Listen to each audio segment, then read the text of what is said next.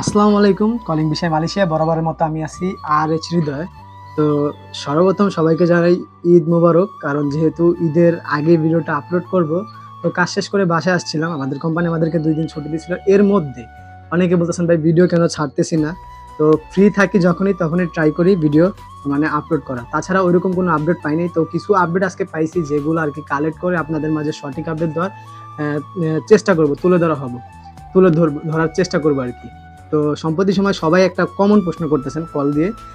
সেটা হচ্ছে যে ভাই ঈদের পর নাকি মালয়েশিয়ার কলিং ভিসা খুলতে যাচ্ছে। এটা কতটুকু সম্ভাবনা সত্য বা কতটুকু নিশ্চয়তা আছে বা গ্যারান্টি কি এজেন্সিরা বলতেছে? দেন এটা কি বাস্তব আদৌ কি ঈদের পর কলিং ভিসা খুলবে কিনা? তো এই বিষয়ে আমি আজকের ভিডিওতে আলোচনা করতে আসছি। তাই সবাইকে বলবো খারাপ মন্তব্য না করে সম্পূর্ণ ভিডিওটা মনোযোগ সহকারে শুনুন অথবা দেখুন। তারপরে বোঝার চেষ্টা করুন। যদি না বুঝতে পারেন অবশ্যই কল করুন। অবশ্যই কমেন্টে জানাবেন যে কে কোথা থেকে ভিডিও দেখতেছেন। সবার আগে প্রশ্ন এটাই রইলো। আর যারা ভালোবাসেন অবশ্যই তারা বরাবরের মতন সাপোর্ট করবেন।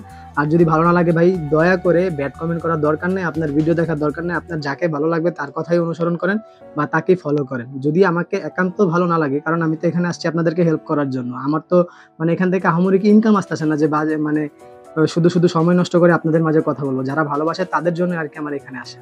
তো সম্প্রতি সময়ে একটা সূত্রে জানা গেছে যে ঈদের পর যেহেতু আপনারাও কমন একটা প্রশ্ন করতেছেন ভাই কলিং ভিসা খুলবে কিনা? তারপরে আমি এটা নিয়ে কিছুদিন রিসার্চ করলাম। ঈদের ১ সপ্তাহ আগে। তো এর মধ্যে জানা গেছে যেটা ঈদের পর না, যেহেতু জানুয়ারি, ফেব্রুয়ারি, মার্চ, এপ্রিল, মে, জুন মাসের মধ্যে হয়তো কর্মীদের কলিং ভিসা নিয়ে একটা প্রসেসিং চলতে পারে। আর মালয়েশিয়া সরকার যেটা বলছে যে এই বছরে যারা আসবে তাদের সাথে যাতে কোনো দুর্নীতি না হয়, যাতে কোনো কর্মী ভোগান্তিতে না পড়ুক বা কোনো প্রতারণায় না পড়ুক বা প্রতারণার শিকার না হোক। এর জন্য তারা চেষ্টা করতেছে, হয়তো একটু ওয়েটিং হতে পারে বা একটু দেরি হতে পারে। কিন্তু তারা চাচ্ছে যে সুস্থ সবলভাবে বিবেচনা করে যাতে কোনো কর্মী হেনস্থ না হয়। এটা বিবেচনা করে তারপরে কলিং ভিসাটা উন্মুক্ত করুক। আর বাংলাদেশে এখন যেটা জানা গেছে যে ১২ লাখ কর্মী না, এখন নাকি ৫০,০০০ কর্মী আসবে।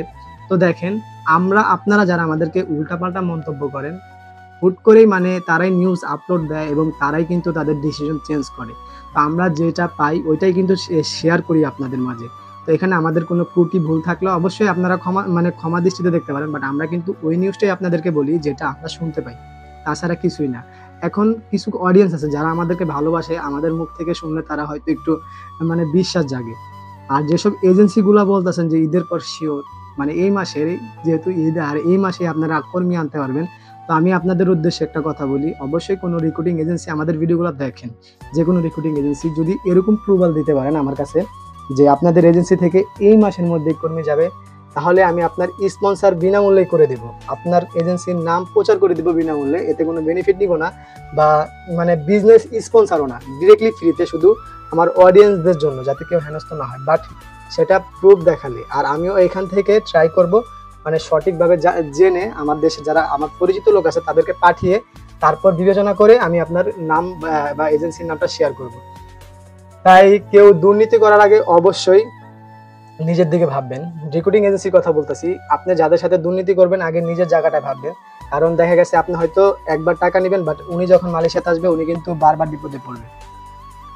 তো বরাবরের মতো ভিডিও আমি এখানে শেষ করতেছি। যদি আপনাদের কোনো মন্তব্য জানার ইচ্ছা থাকে অবশ্যই কমেন্টে জানাবেন।